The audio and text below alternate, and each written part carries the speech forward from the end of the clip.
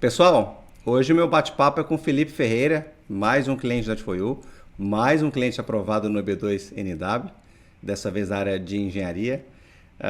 Felipe, de cara, já quero agradecer aí o teu tempo, tá?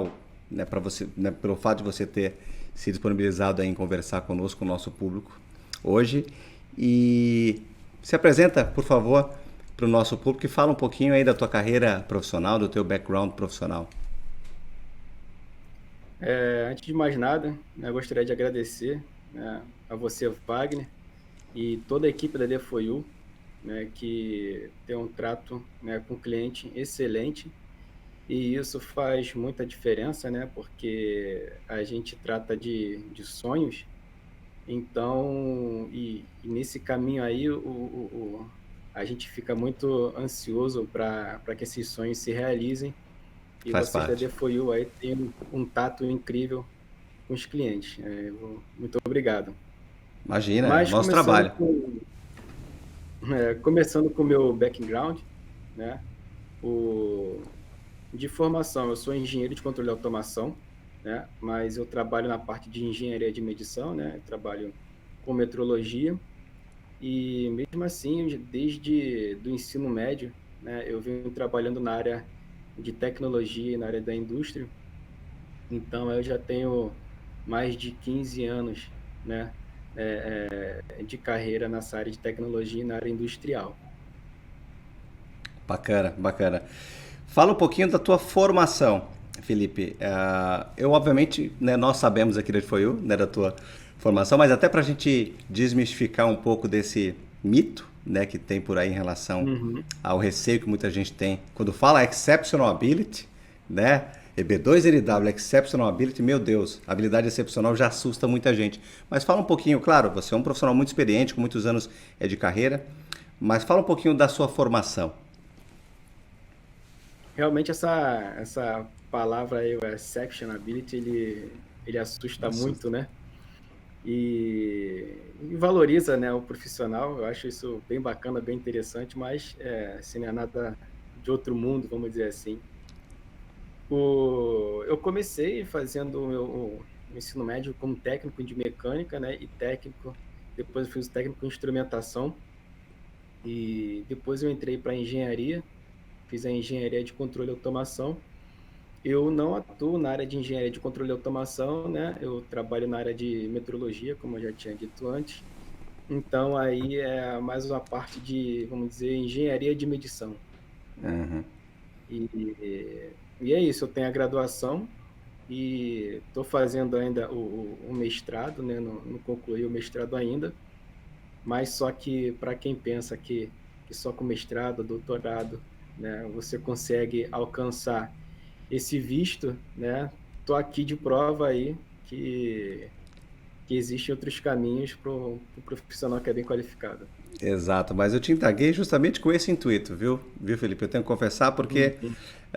obviamente, nós sabemos, a gente usou majoritariamente o teu bacharel, né, na área. Claro, a tua experiência, que ela é bem ampla, isso ajudou bastante, mas é importante frisar isso. Você não precisa ter né, um mestrado, você não precisa ter um doutorado. Óbvio, se tiver, vai ajudar.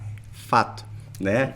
Prêmios internacionais, fato, vai ajudar, mas não é. Hoje, essa jurisprudência mais recente, vale a pena frisar aqui, ela traz muito essa questão do interesse nacional e da necessidade do país naquela função específica, né, específica, e não mais necessariamente no título que você tem. É mestre na área, é um doutor na área, então a gente sempre gosta, né, de frisar isso, porque ainda assim, né, ainda hoje existem pessoas que têm esse entendimento equivocado sobre o pleito, pelo motivo que a gente falou agora há pouco, né? Exceptional ability, habilidade Aham. excepcional.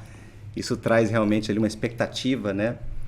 Muito grande para quem é leigo no assunto. Então, vocês viram, pessoal, Felipe, bacharel, está cursando ainda o mestrado. Quando nós aplicamos ele, né, concluído de fato, nós só tínhamos o bacharel.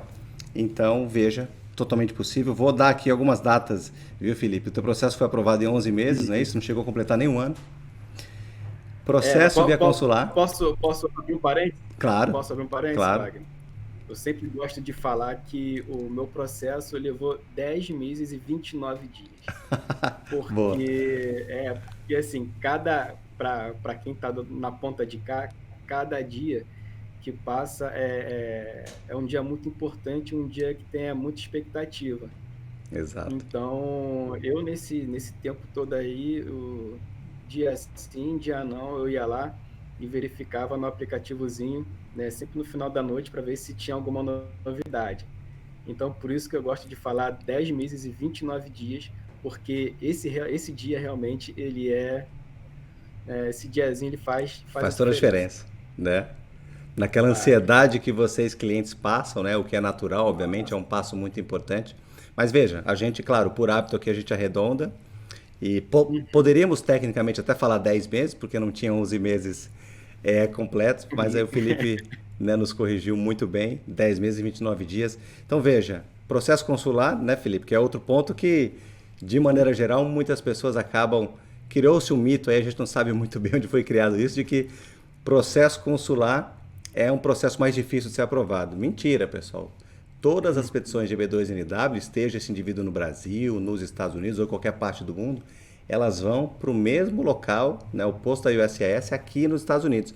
A questão do consular ou não é apenas para fins de entrevista. E ainda assim, no meio do caminho, esse aplicante, ou antes da aprovação, depois, ele tem a opção de vir para os Estados Unidos e fazer o ajuste de status. Ele obrigatoriamente, porque começou com o processo, né, consular, ele não precisa obrigatoriamente concluir o processo via consular. Mas só né, uma aspas aqui, que é algo que realmente criou-se um mito aí e muita gente fala sobre isso, né?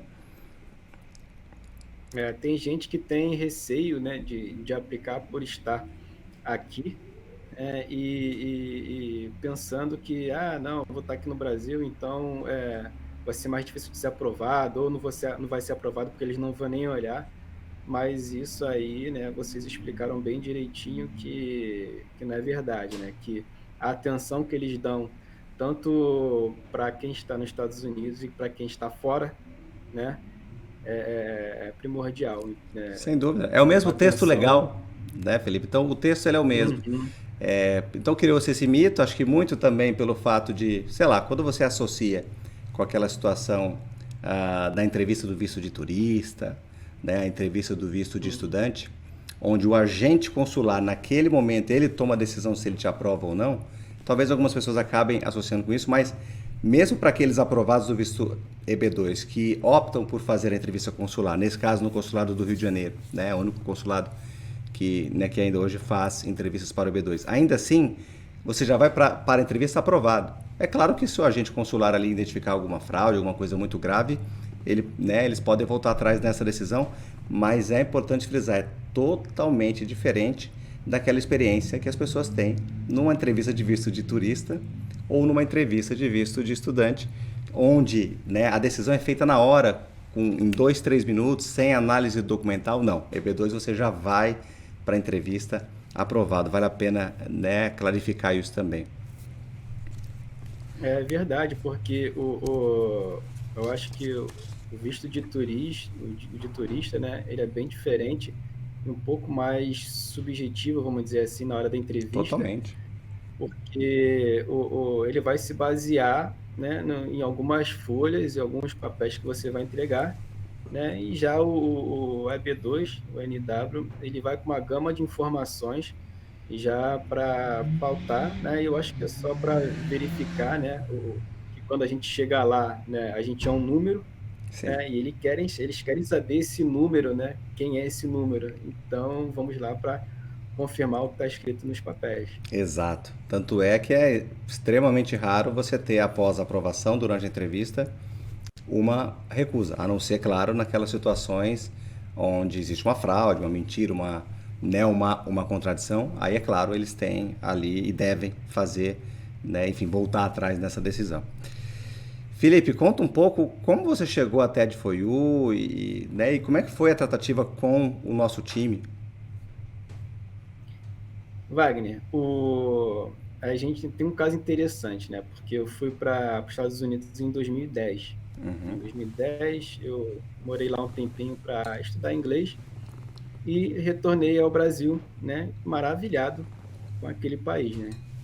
Eu falei, gente, eu fiquei na Califórnia, e eu falei, gente, que lugar maravilhoso de estar, de ficar. E eu falei, pô, um dia eu quero voltar para lá. Mas só que assim, eu não tinha ideia de visto, não tinha ideia de nada. Em 2018, olha só quanto tempo se passou. Em 2018, eu fui com a minha esposa, né? Hoje em dia minha esposa, na época era minha noiva, a gente foi para os Estados Unidos, né? Para casa dos amigos, e ela ficou também maravilhada com o local, né? Adorou. E ela já lá na viagem já procurou, né? Vistos, vistos para imigrantes Estados Unidos. E aí caiu no EB2NW e ela botou no YouTube. E a primeira pessoa que apareceu foi você, né? Foi você, foi a DFOIU lá e você explicando esse visto da EB2NW. E foi aí que a gente foi consultar a DFOIU, que, se não me engano, foi em fevereiro de 2019. Né? Depois de muita pesquisa, vendo se eu me enquadrava, e eu me enquadrando, falei, tá, então agora vamos procurar um especialista para que ele realmente fale se a gente se enquadra, se eu me enquadro ou não. E foi ali que a gente teve total confiança, né, do nosso pleito, né, e da seriedade da DFOIU. E a gente, vamos embarcar nessa? Vamos embarcar nessa então. Então vamos começar a mexer os pauzinhos para a gente entrar com esse visto. Mas foi só em 2020, né, na metade do ano de 2020, que a gente retornou, né? Porque a gente teve que resolver algumas coisas nesse meio tempo. Uhum. E foi só em 2020 que a gente retornou o contato com a DFOIU e o trato sempre foi sensacional, sempre foi muito bem recebido, né?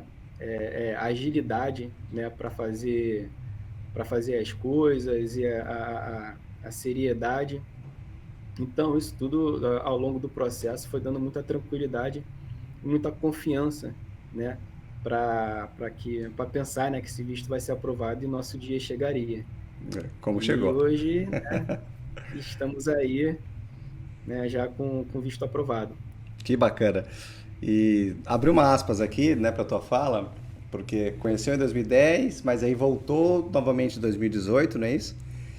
E aí, Uhum, isso, né, em 2018, enfim, aquela chama ela foi reacendida, digamos isso. assim, encontrou em pesquisas o nosso trabalho, mas aí voltou a contactar a gente e de fato aplicar em 2020, ou seja, levou um tempo, como é normal, as pessoas precisam se Uhum. organizar, mas resultado dessa atitude, dessa iniciativa está aí, né? A gente está falando agora em setembro, final de setembro de 2021, essa gravação, e já com essa situação resolvida. Que venham outras situações a serem resolvidas, mas aí é boa, né, é o bom problema, como a gente brinca. É chegar aqui, arrumar um local para ficar, escolher qual é a cidade que vai viver, enfim.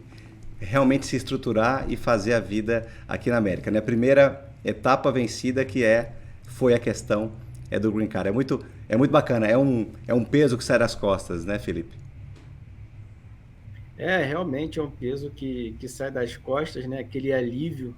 Felipe, eu quero te agradecer mais uma vez a participação aqui conosco, poder ter contado um pouco aí da tua trajetória profissional, um pouco de como foi essa experiência aqui com a Adfoiu. De verdade, isso é muito importante, motiva muito as pessoas que estão, né, buscando por esse caminho. Acho que não tem nada mais transparente, mais verdadeiro do que as pessoas que conseguiram virem a público e contar como foi. Então, meu agradecimento em nome da Adfoiu para você. E se você tivesse que deixar um recado final, uma dica final para quem está com esse pensamento, né, de mudar para um outro país, etc., especialmente Estados Unidos, qual seria a dica que você deixaria aqui para quem está nos assistindo? Olha, o que eu falo sempre, né? Busque seus sonhos, né? Se você sonha, né, em morar fora do país, né, ir para os Estados Unidos, então busque ele, tente, né? Porque esses sonhos se realizam. O meu está se realizando, né?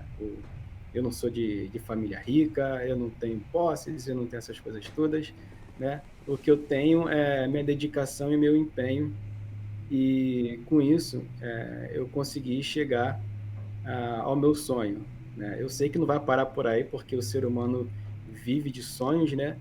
Então a gente já chegou no nosso primeiro sonho, né? Estudem, é, é, faz a faculdade, né? Faz cursos, né? Aprimora a educação, porque só a educação liberta, né? Então, a gente está aqui para os nossos sonhos e viveremos por eles. Exatamente. Foi muito assertivo na sua fala. Perfeito. Não mudaria uma vírgula. Agradecer você, Felipe, mais uma vez pela simpatia e pela, né, prontidão em gravar conosco. Pessoal, esse foi o Felipe. Para você que está caindo de paraquedas agora, talvez esse seja o primeiro vídeo, nós temos uma playlist aqui no YouTube apenas com os clientes aprovados. Tá? A gente vai deixar o link aqui na descrição desse vídeo. Vamos ficando por aqui. Um abraço, até mais. Um abraço a todos.